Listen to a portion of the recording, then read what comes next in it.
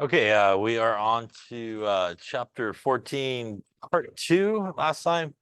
And we got into the idea of common ion effect. And the idea of the common ion effect is sort of what we talked about. We have really something that sets up an equilibrium. And within that equilibrium, we also have added something else to, say, the beaker or whatever it may be. That is, again, a common ion that's present. So, for example, again, if we had like acetic acid, like we were looking at, I think, and we also had in there some sodium acetate in a beaker.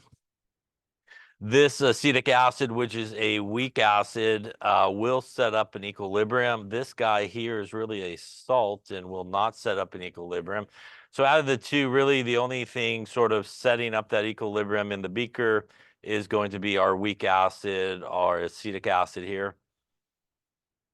And the presence, though, of our sodium acetate also being in there is it will again break 100% apart into its ions.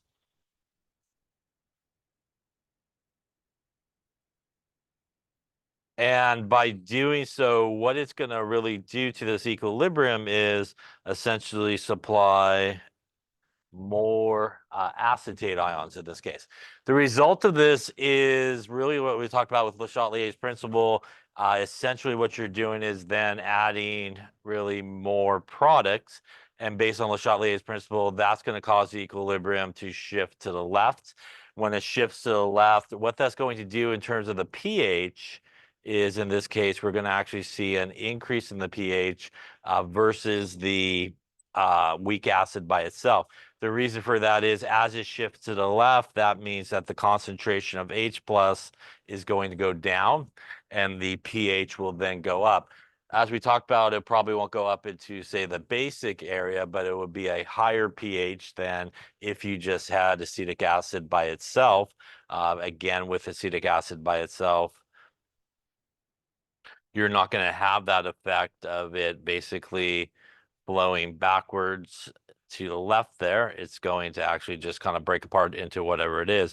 So we would have a higher concentration, again, of the H plus there in just the acetic acid by itself. So when we do have common ion effects, which is pretty much buffers, which we're going to talk about here shortly, you can still do an ice table. The important part, though, when you do the ice table, if you choose to do that to figure out the pH of your solution, you should have a concentration here. Most likely this is going to be 0. And most importantly, and the one that people pretty much always miss, is because of the presence of that common ion, you should have an initial concentration there for your sort of salt part on the other side. The rest of the table would be pretty much like a normal ice table that you would do. You obviously, in this case, would use the Ka value here to get to your H plus concentration, then to your pH. Now, alternative to that, as we saw when you actually do an ice table or when you do these type of problems, if you have a relatively good concentration of these guys to begin with, when you're all said and done, it is pretty much going to be the same concentration at the end. It doesn't change by all that much. And in those situations, which are common ion situations and also buffer situations, you could actually choose not to do the ice table, and you could use the Henderson-Hasselbalch equation, which is the pH is equal to the pKa plus the log of the base concentration over the acid, where the pKa value is negative log of the Ka. So if you could recognize up front that these two things, for example, are related to each other, you could actually go right into the Henderson-Hasselbalch equation, and it would give you the same answer as what you would get with the ice table. Now, again, a reminder that as we talked about, you do not want to use this in every calculation. It is only specific, this equation, for this type of situation that's happening. And really, the most of the time where we will see this situation, as we'll talk about here in a second, are with buffers, which are a common ion type of effect. So you definitely don't want to use it in all situations. It does have to be sort of like a buffer situation where basically you have two things that are related to each other in that solution. like we have here. Basically, your Bronsted-Lowry definition, basically one H plus difference. Any questions on any of that there? All right, so I don't think we did this one, right? So why don't we do this one?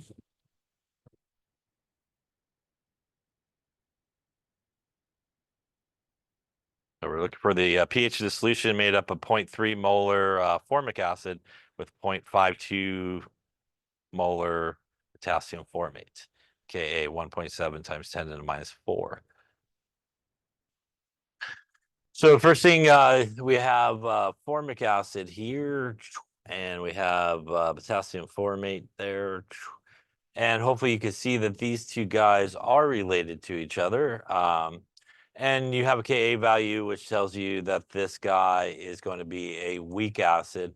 By the way, I know this is my acid because it has one more hydrogen. This guy has a potassium, which makes it a salt. And that would be really its conjugate base in this case. Now, again, you have two options. You could choose to do the ice table approach here. And if you did that, what it would look like is you'd probably use your Ka type of reaction here. And you would end up with something like this, where the Ka would equal our H plus times our HCOO minus divided by our HCOOH. Um, Initially here, we would have 0.3.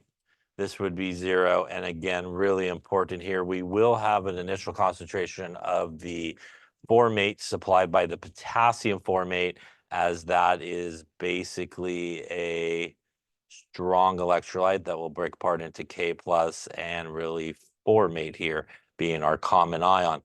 And since this guy is 0.52 molar and it's a 1-to-1 relationship, the formate will also be 0.52 molar. So it is important to make sure you do have an initial here if you chose the ice table approach, minus X plus X plus X. You're going to end up with 0.3 minus X, X, 0.52 plus X. This obviously would go into here and you would solve for your X, and that would get you your H plus concentration. And then obviously that would get you your pH. Alternative to that is if you can recognize that they are related to each other, basically you could go right into the Henderson-Hasselbalch equation, which again is our pKa plus the log here of our base over our acid. Here we want to calculate our pKa value, negative log of 1.7 times 10 to the minus 4. And that gets me here 3.77 looks like for our pKa. That gets us 3.77 plus the log. Once again, our base will have one less hydrogen. Our acid definitely will have one more hydrogen. So we want to go 0.52, it looks like, divided by 0.30. And that is going to get us here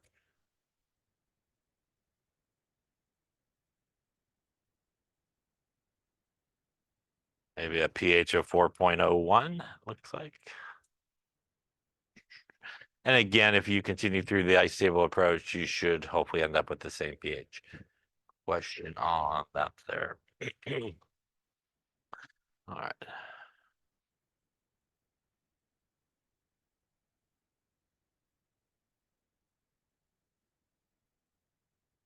All right. So what we've been talking about is common ion effect, and really what a common ion effect really happens, or where it happens, mostly where we see it is in a buffer. And a buffer is a solution of either one of two combinations. You could have a buffer that is made up of a weak acid and the salt of its conjugate base.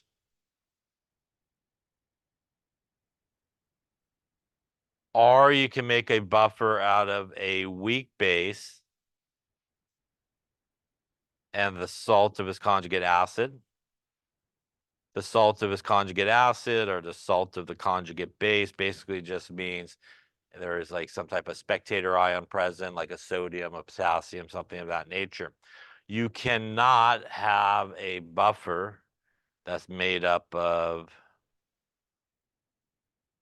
strong acid or a strong base. So you cannot have a buffer that's made up of a strong acid or a strong base. So it has to be weak guys involved.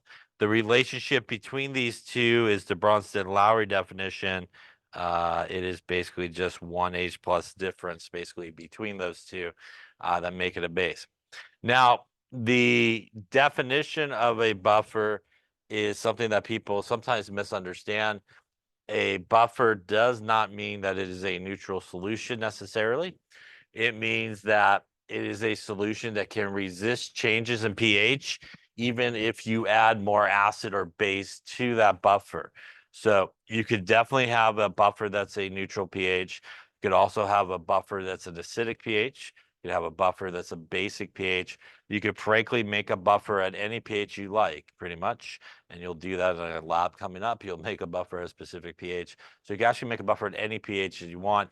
What it means is whatever pH the buffer starts at, if it's made correctly, it should be able to sort of maintain that pH, even if you add more acid or base to it. So if you had like a buffer at a 4.7 and you added some acid to it, when you're done adding the acid, it will still be around a pH of 4.7. Will it go down a little bit? The answer is yeah, it'll go down a little bit, but you will not see a big jump in pH like from 4.7 to like a pH of 1, so it won't drop a lot. And same thing if you had a buffer that was 4.7 and you added some base to it, it should still be after your addition of your base around 4.7. It might go up a little bit, but it shouldn't jump from like 4.7 to like a pH of 10. So it's able to resist really big changes in pH when you add acid or base. The reason really it's able to do that is because both of those things are present in the solution to begin with.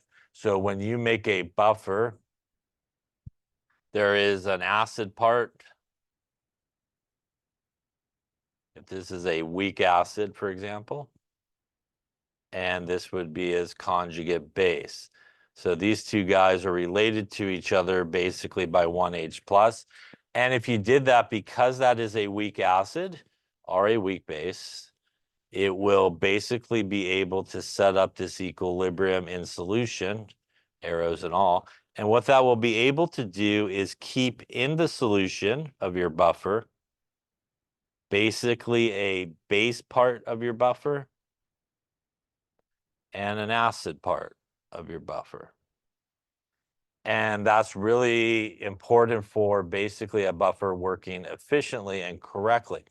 So why can we not do it with a strong acid or strong base? The reason is when we put a strong acid or strong base, for example, into this solution, we take something like HCl. When we have HCl in solution, it is going to break apart into H plus and Cl minus. The problem with HCl, for example, is like, can't I make a buffer out of that? I have an acid and I have like a conjugate base here, right? And that is true, but when this is in solution, it is a strong electrolyte, which means you pretty much have only 100% of these guys. You have none of these guys left over. So what you would have in that solution is really just H plus and Cl minus. You would have just like the base part of the buffer. And that is why this cannot act as a buffer because you don't have the acid part present. And it's the same reasoning for a strong base. If you had a strong base, you would have kind of like the acid part of there, but you wouldn't have the base part and the buffer to help it. So a buffer cannot be made up of a strong acid or a strong base for those reasons. It doesn't not able to set up an equilibrium. It's not able to keep both of those really important components in the solution at the same time. Now, not to be confused, but as we will see a little bit later on, you could actually make a buffer from a reaction of a strong acid with like a weak base or a weak base with a strong acid. The result, though, is that the buffer is made and that strong acid or strong base that you use to make it is completely gone. So you could actually generate a buffer as a reaction, and it's the products of that reaction that will make a buffer. but the buffer itself cannot have a strong acid or strong base present in there. Any questions on that? Now, how do we do this? So for example, if you were going to make the classically buffer everybody talks about, which is acetic acid and sodium acetate, right? So this is a buffer. Again, this is a weak acid, and this acetate part is really the important part here. That's its conjugate base. So the idea here is you put some acetic acid into the solution, and it's able to set up this equilibrium. You kind of help increase a little bit the concentration of your base by adding some acetate in there. So now you got a good amount of both of them kind of in the solution, at the same time.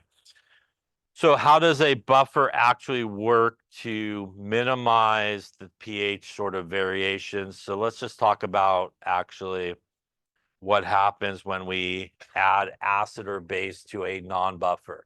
And let's take everybody's favorite non-buffer, which is water. Water is not a buffer. Now, when we add a acid like hydrochloric acid to water, as we just talked about, what's going to happen is, in this case, we got a beaker of water sitting here, and we dump some HCl in there. This HCl is going to, as we just talked about, 100% break apart into H plus and Cl minus. And what that means in terms of my water over here is I have just influxed into this water a bunch of H pluses and also some Cl minuses. Cl minuses are not all that important because Cl minus is a neutral salt, right? It comes from HCl. So that's not really going to, bless you, affect anything. But what we just did is very, very quickly to this solution of water is we definitely increased the concentration of H plus. So we just influx into this water a bunch of H plus really, really quickly. As the H plus concentration goes up, we will see the pH drop, and in this case, pretty dramatically, because you basically just dumped a bunch of H plus in there. And again, that's going to cause a really spike in the H plus concentration. And that pH, for example, maybe you had some neutral water and maybe it went from a pH of 7 all the way down like a pH of 2 or 3. You're going to see a really big jump in pH because of that big influx of H plus. Now, what happens when we add a base to water here? So let's just say we took our sodium hydroxide and we added that to water. So we take a little sodium hydroxide. We're going to add it to water. Again, same idea here. We've got a beaker of water. We're going to add a little sodium hydroxide to it. Sodium hydroxide, also a strong base, will 100% break apart into sodium ions and hydroxide ions. And again, in solution, we're going to have 100% basically of these guys in that solution. What that's going to do, if we kind of just draw it in our solution here, we're going to have some sodium ions. And obviously here we will have some free-floating hydroxide ions as well. Once again, the sodium ions is a neutral salt, so we're not really worried about that in terms of pH, but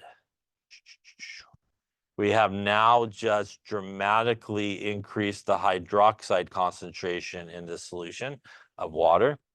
And remember that the hydroxide concentration and the H plus concentration, they are tied to one another, which means as the OH minus concentration goes up, the H plus concentration will actually go down, and now we will actually see the pH go up. And again, we're going to see a fairly big swing in the pH in this case because you just influx into the water a bunch of hydroxide really quickly. That's going to incredibly increase the amount of hydroxide. And again, maybe you'll see a pH jump of like from 7 to like a pH of 10, 11, stuff like that. So a pretty big jump in pH. And again, obviously, as we know, pH is affected by obviously the H plus concentration. So Again, by having these free-floating H pluses in solution, when we add an acid, or OH minuses in solution when we add a base, that's going to cause a very big change in the pH, because it's almost like you just took each of those things and just dumped it in there, a bunch of H pluses, a bunch of OH minuses, and it's going to cause a very big change really quickly. And that's why we see a pretty dramatic change in the pH. Any questions on that? So how does a buffer sort of handle that? So let's take a look at a buffer, and just to be different, we'll do something, a different one than everybody else does. We'll look at HF. It's less letters to write. And we'll look at like sodium fluoride here. So HF is a weak acid, and NaF is its conjugate base. It's really the salt of its conjugate base because it has a sodium. Here, the sodium fluoride is really Na plus and F minus. It is the F minus and the HF that are really the buffer component here. That is essentially our buffer components. The sodium is just hanging out. It's really not doing much of anything in this particular case. That, again, definition is basically your Bronsted-Lowry definition. The only difference there is 1 H plus difference between them. So this is classic what a buffer would be. And when we do that and we have a buffer solution of this, what's going to happen is that HF is going to set up an equilibrium in the beaker. We'll even put the arrows in the beaker. There we go. We'll have some H plus and we'll have some F minus basically moving around in the beaker. Now, again, in this beaker, our buffer, and again, we have basically our acid part of our buffer, sometimes referred to as the HA parts. And we have our base part here of our buffer, sometimes A minus, it's kind of referred to. All right, so now let's do the same thing that we did to our water, which is let's add some HCl, some strong acid, into our buffer. And really, when we add HCl, it is a source, as we saw there, of H plus and Cl minus. That's essentially what we're dumping into this buffer. So if I added HCl to this buffer, the HCl, which is a strong acid, would react with which part of the buffer here? The acid part or the base part of the buffer? The reactions are called acid-base reactions, so I'm going to go with the base part. Seems like a good one. And I'll leave the sodium in there. You can take it out if you want, but I'll leave the sodium. So it's going to react with really the sodium fluoride, which is the base part of the buffer. This is going to do a classic double displacement reaction, right? We're going to switch partners, basically. And the result of this is we will make HF and a little sodium chloride in this case, right? Now, one of the things that we see that is actually made as a result of the buffer reacting is we actually made the other part of the buffer. And that always happens when you have a buffer. What happens is when you add acid or base to your buffer, it will react with one part of your buffer, but the result of that reaction is it will always make the other part of the buffer. So you always kind of make the other part of the buffer as a result of this reaction. So clearly, we already had this in our buffer solution to begin with, so this is not going to drastically affect the pH, right? We have sodium chloride here, which is what type of salt? That is a neutral salt, right? It's sodium ion, which is a 7, and that's chloride, which is 7, which clearly means it's not going to affect the pH either. But it is actually what we don't see here that we did see when we reacted HCl with water. What do we not see here on the right-hand side that we do see when we reacted it with water? It is this guy, right? When we reacted the HCl and water, we made a ton of free H plus, right?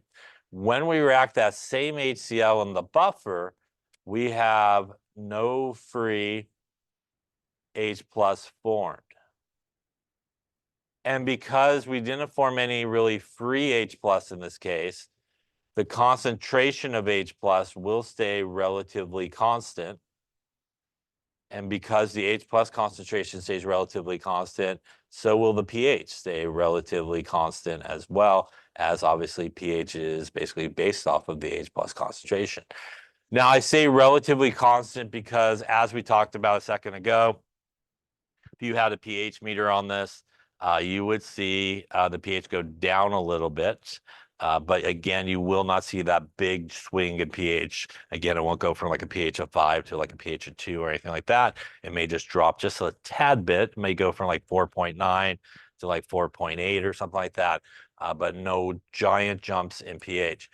So in this case, what happens is when you add the HCl, the H plus here actually goes and finds the base part of the buffer, and then it actually goes and makes a little bit of this guy, right? So it makes a little bit more of your HF, which will dissociate a little bit, bless you.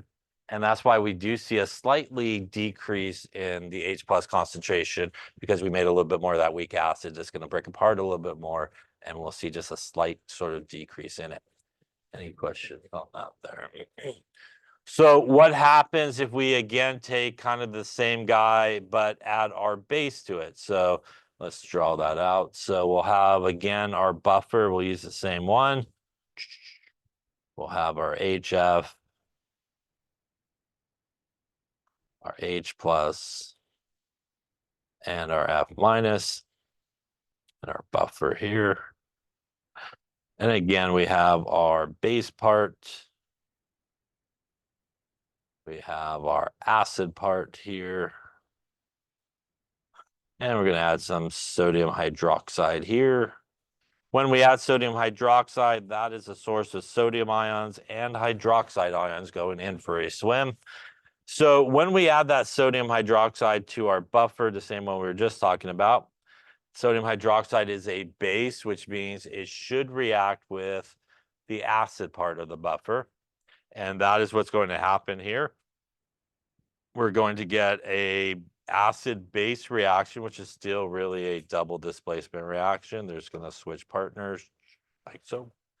The result of this is much like we saw in the previous one, we will actually form NaF, which is part of the buffer, and we will make water in this case.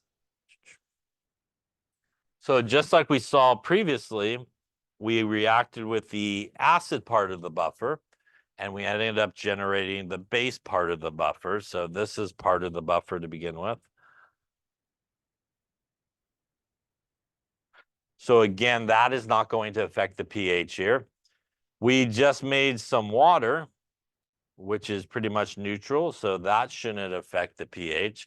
So it's much like what we saw in the previous reaction. It's actually what we don't see here that we did see when we added the sodium hydroxide to water. When we added the sodium hydroxide to water, we produced a bunch of OH minus in solution really quickly. We, in this particular case, produced no free OH minus. And because we didn't produce any free OH minus in this case, the concentration of OH minus will stay relatively constant. And because OH minus and H plus concentrations are related to each other, that would mean that your H plus concentration will also stay relatively constant. And if your H plus concentration stays relatively constant, as you might guess, your pH will stay relatively constant as well. So in this case, we prevented really the formation of free OH minuses, and that's going to keep basically everybody's concentrations the same. So in this case, what happens is we will actually have this guy reacting with this guy and actually making more of this guy and some water in this case. And again, the way a buffer works is what we just saw in these two examples. Because it has an acid part to it and a base part to it, when you add an additional acid to your buffer, are you to add additional base to your buffer, there is a reaction that occurs that basically prevents the formation of free H plus in the solution when you add an acid. It also prevents the formation of free OH minus in the solution when you add a base. And because your solution now doesn't have a bunch of free H plus if you added acid or OH minus if you added base, it's able to maintain the pH where it started at because there isn't this giant influx of H plus and OH minus. So that's really the way a buffer is able to maintain its pH. It really does so by preventing free H plus or OH minus to the solution. It basically gets tied up in other things and not freely floating in the solution, which would have a dramatic effect on the pH, where a non-buffer has not the ability to do that because it doesn't have that sort of weak acid or base there in that solution. Any questions on that there? Now, is there a limit to sort of how buffers can work? And the answer is, yeah, there really is. So when you make a buffer, by the way, usually people like to make a buffer sort of equal amounts is a really good way sometimes of the acid part and the base part.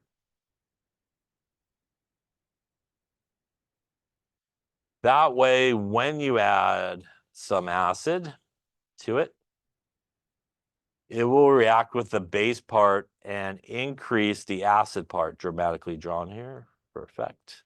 So when you add acid, you'll make a bunch of the acid part, but you will use up some of your base part here.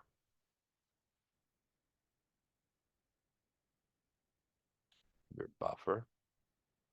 Same idea if you add base to your buffer, it's going to react with the acid part of the buffer, and you're going to make more of the base part of the buffer. So this is why a buffer also can sort of continue on and be able to resist changes in pH over a good period of time, because it's sort of self-generating, if you will, as you add an acid or base to it.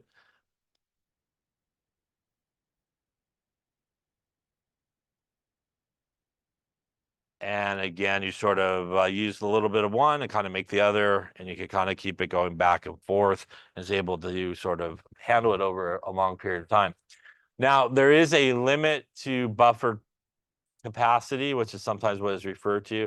Let's just say, for example, I just keep adding acid to my buffer, right?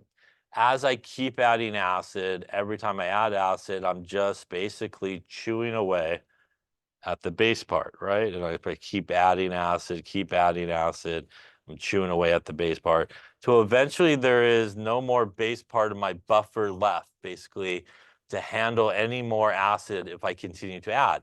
If at that point I continue to add acid, you will now have a buildup, in this case, of H plus.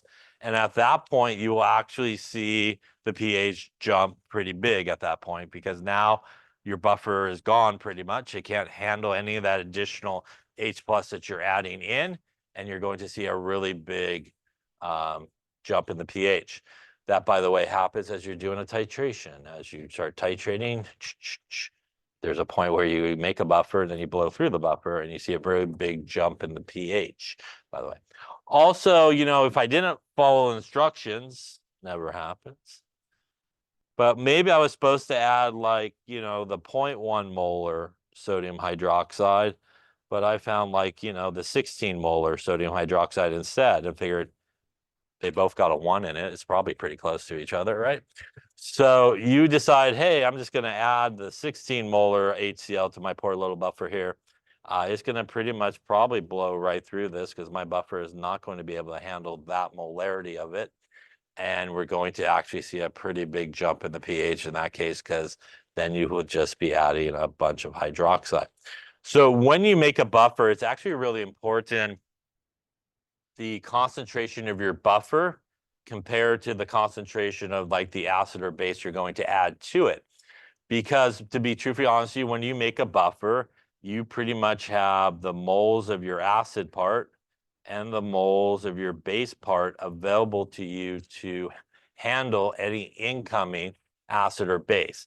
So if you have a really small amount of moles of each of those to begin with, and you add a ton of moles of acid or base to it, it's going to basically go right through it. Your basically buffer will be like a limiting reagent. It'll get used up and it won't be able to function correctly. So when you make a buffer, usually you want to think about making it with a specific sort of concentration that will be able to handle whatever the concentration of you're adding to it. How do I know how to make a buffer or what I should make a buffer out of? We could actually use the Henderson-Hasselbalch equation, which is actually what it is used for, which is a buffer.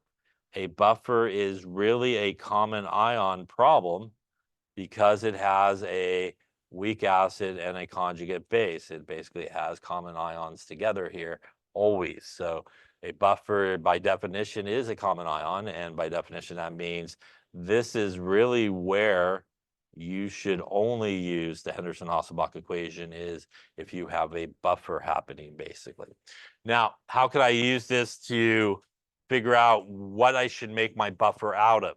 So for example, if I made my buffer like here with equal amounts of my acid part of the buffer and base part of the buffer, that would mean that this backside of my Henderson-Hasselbalch equation would basically be the log of 1, because this concentration here and this concentration here is the same number. The log of 1 equals 0, yeah? Which means at that situation, the pH equals the pKa value.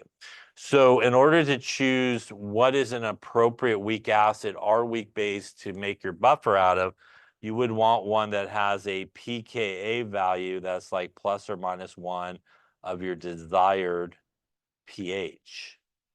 Now, for example, if I wanted to make a buffer with a pH of 9.5, and I decide, hey, I would like to use acetic acid, which has a pKa value of 4.74, that is a terrible choice. They're very far away from each other. That would not be the greatest one to choose. But maybe I look on there and I find NH4 plus, which has a pKa value of 9.25. That looks a lot better. So I would probably want to make it out of that, which is really the weak base, NH3 and NH4 plus. So that would be a much better choice to make my buffer than, say, the acetic acid. Now, if I was trying to do a buffer at a pH of 5, maybe, then maybe acetic acid and some sodium acetate would be a really good choice to make a buffer out of. So that is how you could kind of choose what you should make your buffer out of by simply looking at pKa values. And ideally, you want to find the one closest to really your pH that you want to make. The reason for that is it will just work out better functional wise as to how to make it. Could you probably figure out how to make one with acetic acid for 9? Yeah, but it probably wouldn't be the greatest buffer when it's all said and done. So you definitely want to choose one, usually plus or minus 1 of your desired pH. Any questions on buffers, how they work, how to select one? All right, then let's talk a little bit about then. Let's talk about buffer problems here, right? Or buffers.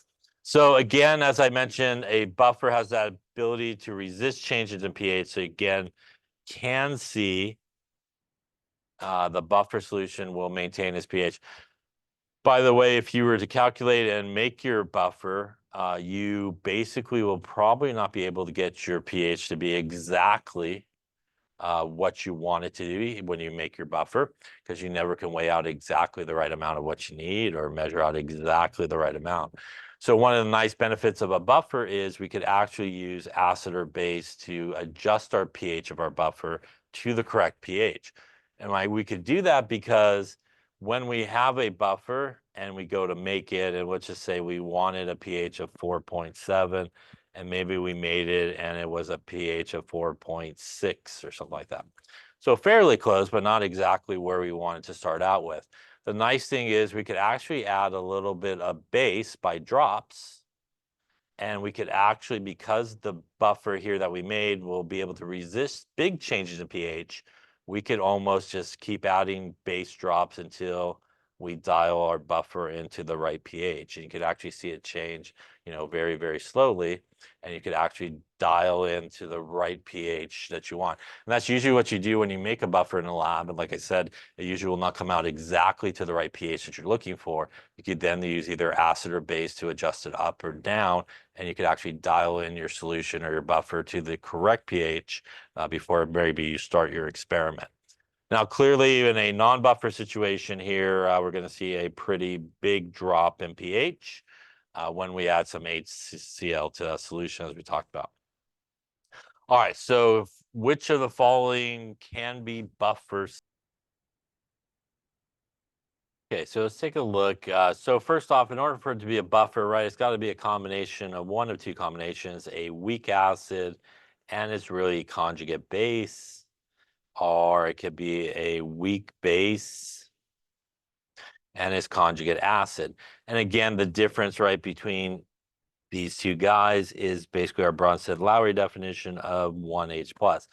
So when we look at A, that is KF and HF, and the answer is this guy is really F minus and HF, and those two look related to each other by 1H plus.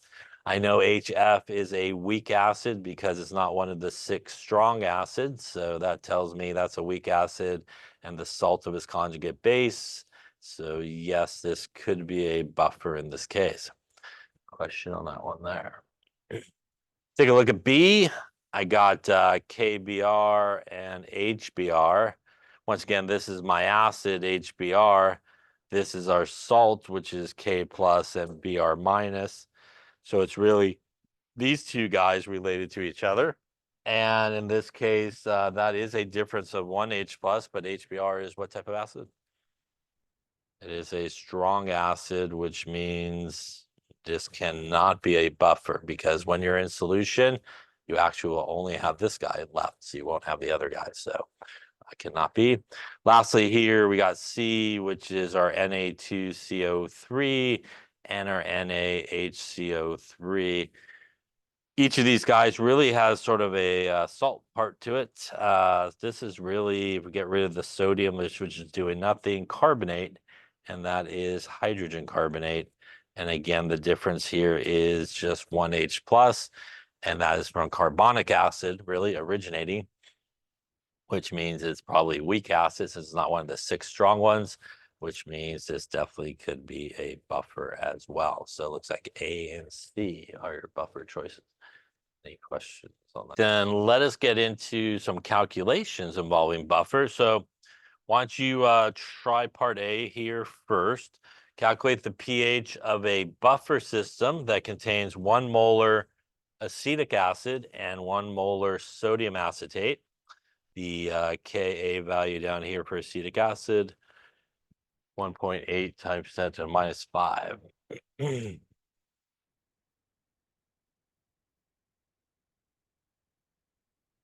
Okay, so let's take a look at the first one here. So we basically have 1 molar acetic acid and 1 molar sodium acetate. The Ka value here, 1.8 times 10 to the minus 5. So if you could recognize that these guys are related to each other, again, that is basically a weak acid because we have a Ka value and its conjugate base, right? Or the salt of its conjugate base. That really is a buffer definition right off the bat there. You could do one of two things at this point. Again, you could always use an ice table if you wanted to. And the ice table here would probably be like a Ka type of ice table with the acetic acid. And we would have our acetate. Initially here, we would have 1 molar, we would have 0, and the importance, if you choose to do the ice table, which most people screw up on, again, in this case, because of the sodium acetate, we will have that common ion present, and you do need the initial concentration here. The rest of the table, again, will be like normal here, and that'll get you 1 minus x, x.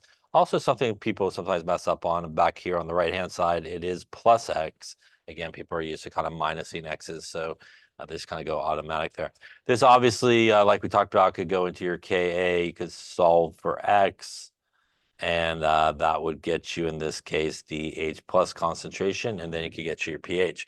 Now, if you again could recognize this as basically being a buffer, you could bypass the table and go again right into the Henderson-Hasselbalch equation, which might leave a little less room for error here. And we would need our pKa value, so our pKa would equal minus the log of the Ka value. And that's going to give us 4.74. And that'll give us 4.74 plus the log of our base, which is 1 divided by 1. In this case, that is going to zero out, and that will give us basically our pH, in this case, 4.74. Yeah. Any questions on part A? So part A, again, you do have two options. You can ice table it, or again, if you recognize it as a buffer, you could go directly into the Henderson-Hasselbalch equation with the concentrations given to you and calculate the pKa value and actually solve for the pH.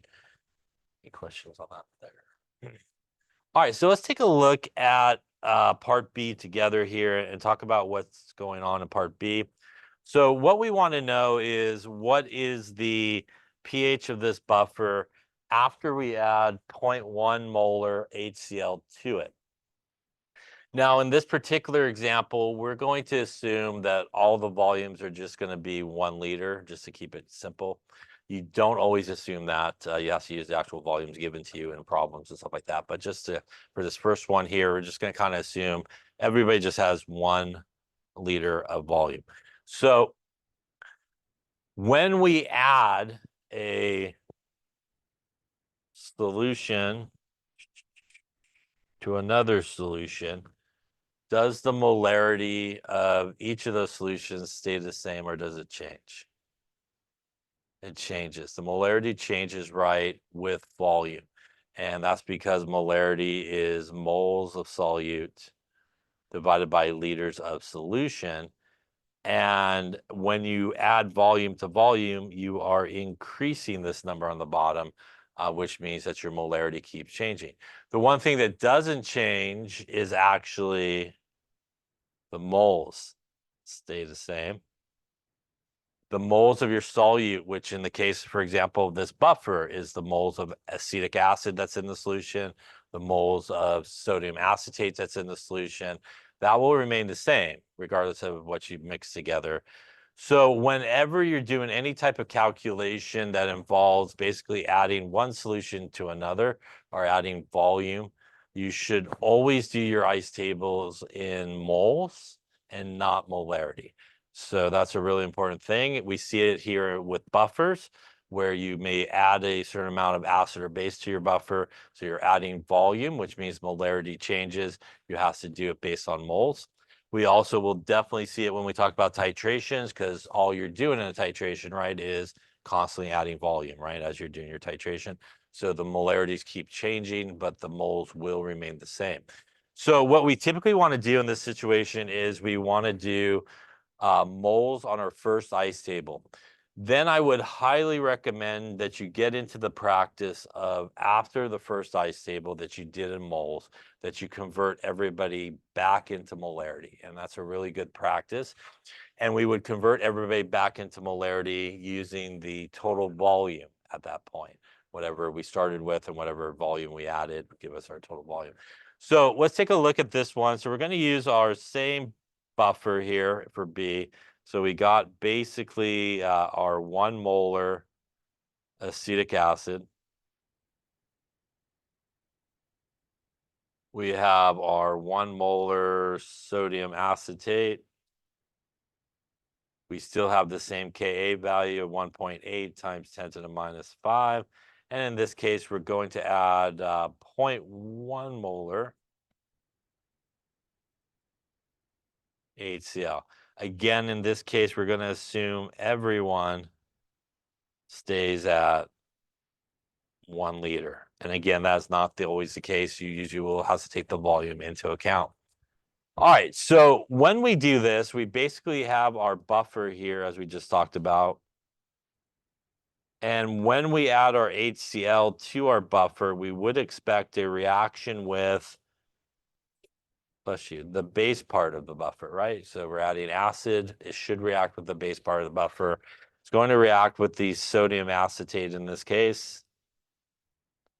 It's going to do a double displacement reaction where we swap partners here. As we always know, we will make the other part of the buffer, which is the acetic acid, as a result of that, which right amount of those would be good. And we will make some sodium chloride in this case. So we do need to do a ice table here.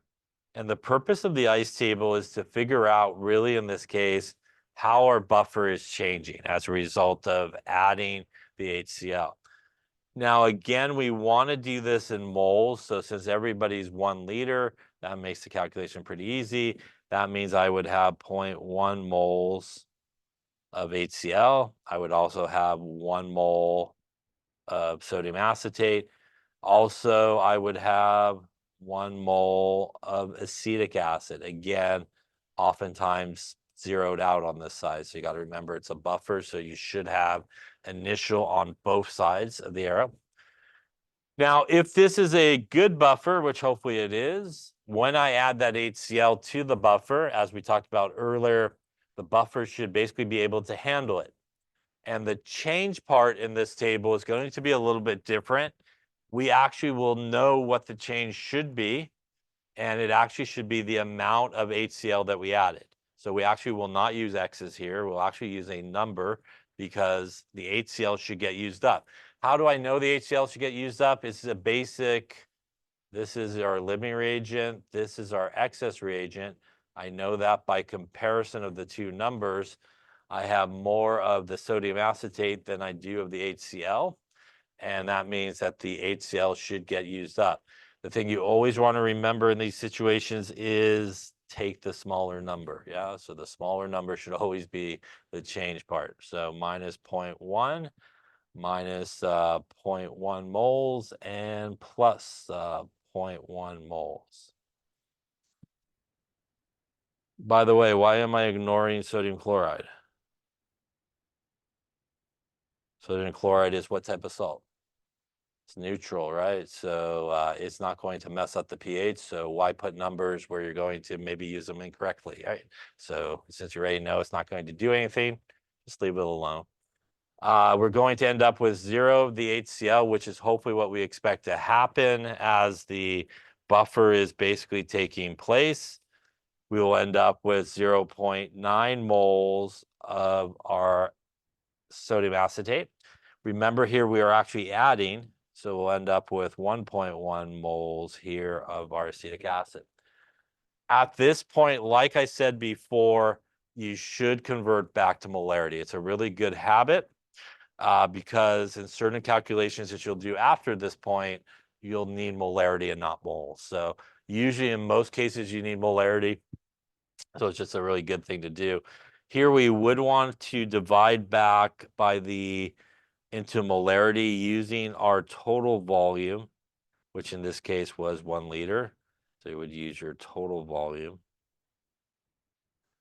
And since we held everything constant, this would also be one liter as well. Again, if we didn't hold it constant, you might have to add it. So for example, if you had 50 mils of your buffer and you added 10 mils of acid, your total volume now is 60 milliliters, right? So that's what you would sort of use. Converted to liters is what you would use. At this point, if you're not sure what you got going on, you should always use your ice table to help you.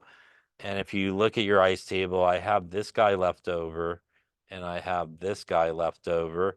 And once again, these two things are still related to each other. That is still a weak acid and its conjugate base. That is still a buffer at this point. So if you look at your ice table, it'll kind of tell you what you have left over. Now, because this is a buffer, you have your two options as to how you want to solve it. Either, again, you could do an ice table if you want to, but you could also go into the Henderson-Hasselbalch equation, which is probably maybe I won't say better move, but a good move maybe. So that is a pKa plus the log of the base over the acid. Here we would need, again, to get our pKa value, which is minus the log of 1.8 times 10 to the minus 5. That's going to give us a 4.74. So 4.74 plus the log of the base. Which one's my base? Yeah, this sodium acetate. Remember, the acid, because it donates a H, has to have one more. By the way, that's acetic acid, which would make that the acid, right? So we want to make sure we go 0.9 in this case divided by 1.1. And that's going to get us here 0.9 divided by 1.1, a little log action, plus a 4.74. That's going to give us a 4.65 pH in this case. Up any questions on the calculation? Again, if you wanted to do an ice table instead of the Henderson-Hasselbalch, you would again probably go with the acetic acid breaking apart. And again, at this point, what you would use is your equilibrium concentrations down here. So you would have your 1.1, 0, and again, 0.9, change minus x, plus x, and so forth. So you would use your equilibrium as your initial if you chose to do the ice table rather than the Henderson-Hasselbalch. Now, did our buffer work? Let's see. Well, our original buffer had a pH of 4.74. We added some acid to it, and it basically is 4.65, which is pretty close. Didn't have a big change in pH, but did it at least move in the correct direction? It did, because we added acid. That means the pH should go down a little bit, and that's a good way to check yourself. It did go down from where we started with. If you did this calculation, you ended up with a pH of 4.8. Even though it's not a big jump in pH, it definitely went in the wrong way because you added acid, which means the pH should go down. You would need to add base to make the pH go up in that case. Any questions on that there? Okay. So why don't you give this one a go? Calculate the pH of a 0.3 molar ammonia and ammonium chloride solution. And what is it after you add 20 mils of 0.05 to 80 mils of the buffer of sodium hydroxide?